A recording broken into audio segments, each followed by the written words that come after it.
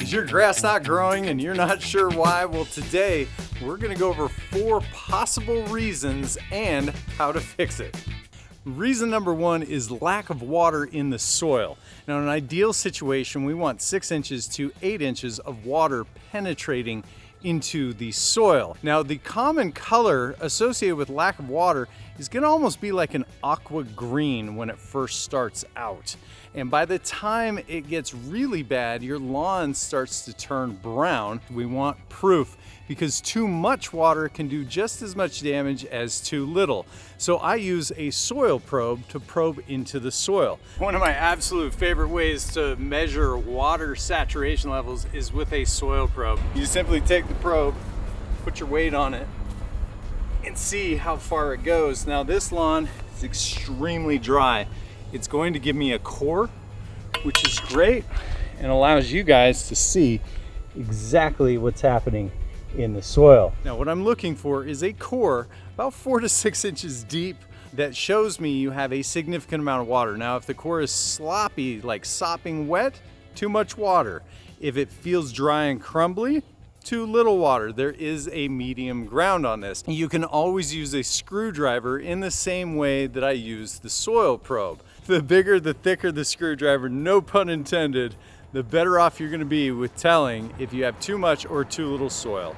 You're just gonna use a medium push into the soil to see how deep it goes, and you're going to measure and mark where it organically stops. Now, if you're in a situation like we are here on this lawn where it is bone dry, my suggestion is to start watering daily for the next 5 to 6 days. We want to try to get 6 inches of water penetrating into the soil. We want to make sure that the water isn't just sliding off the top, so you want to do smaller increments of 10 to 15 minutes per cycle, in the equivalent of about 45 minutes per day on average. So in this instance where it is all brown, I would take it one step further. I would use a biostimulant like Essentials Plus 101 to help bring it out of its funk, as well as a fertilizer service. Now, in regards to the fertilizer, as long as you're using a quicker release or somewhere around the bag number between 18 and 32, you're gonna be just fine at the label rates. Reason number 2 is there isn't a sufficient amount of nitrogen in the soil. Now, this problem is a little bit harder to tackle or harder to recognize because of the fact that it takes a soil test to be sure. Now, I personally love using a soil test because it tells us exactly what is happening, and I use a product called My Soil to keep it simple. Now, another sure test sign is dog urine spots are greener, darker, richer than the rest of the lawn. Now, my lawn is a fantastic proving ground for this theory because my dog just hangs out in the backyard and he likes to pee in the same spot. Now, this is where Royce is doing his business, and you can see it's almost 3 inches higher over the course of a couple of weeks than the rest of the lawn. Now, this is just because the urine is just like fertilizer. It's acidic. It pulls the pH down into the growing medium of the grass, causes it to grow. Sure tell sign this is lack of nitrogen. Now, the good news is if you can recognize this, you're one step away from greatness, and that's just putting down a fertilizer. Now, putting down a fertilizer at about 1 pound of nitrogen per 1,000 square feet, or at the recommended label rates, is best practice in this instant.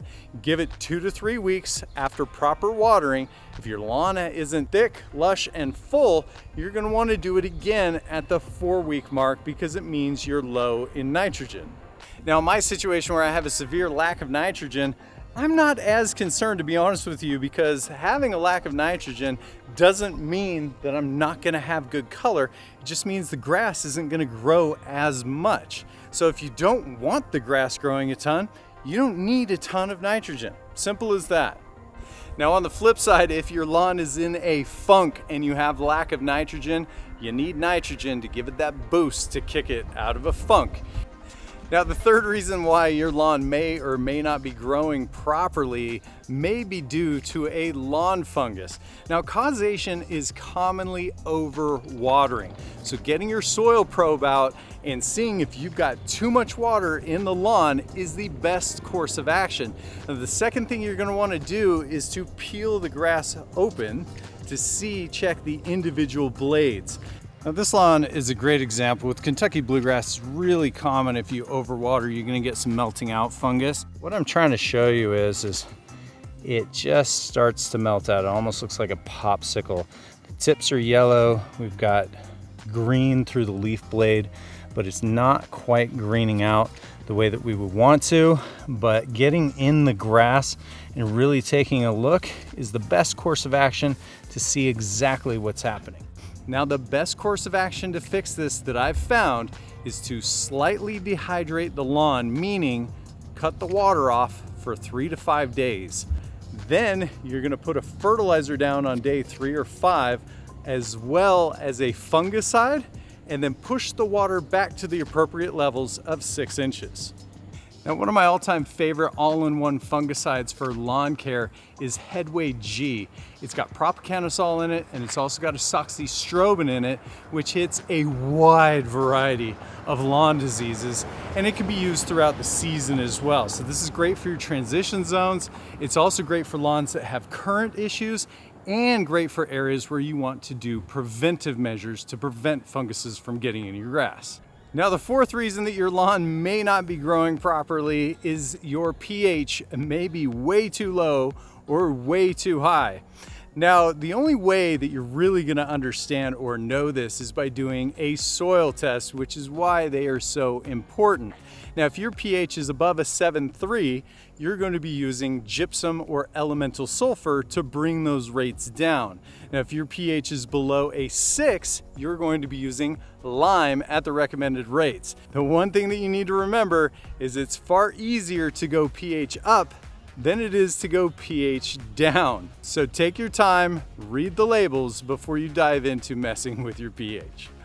Well, guys, this concludes my 4 reasons why your grass may not be growing. If you have any questions, comments, or concerns, hit me up in the comments below. You know I'd love to help you guys out. Till next time, guys, this is the Pest and Lawn Ginger. We're slaying lawns.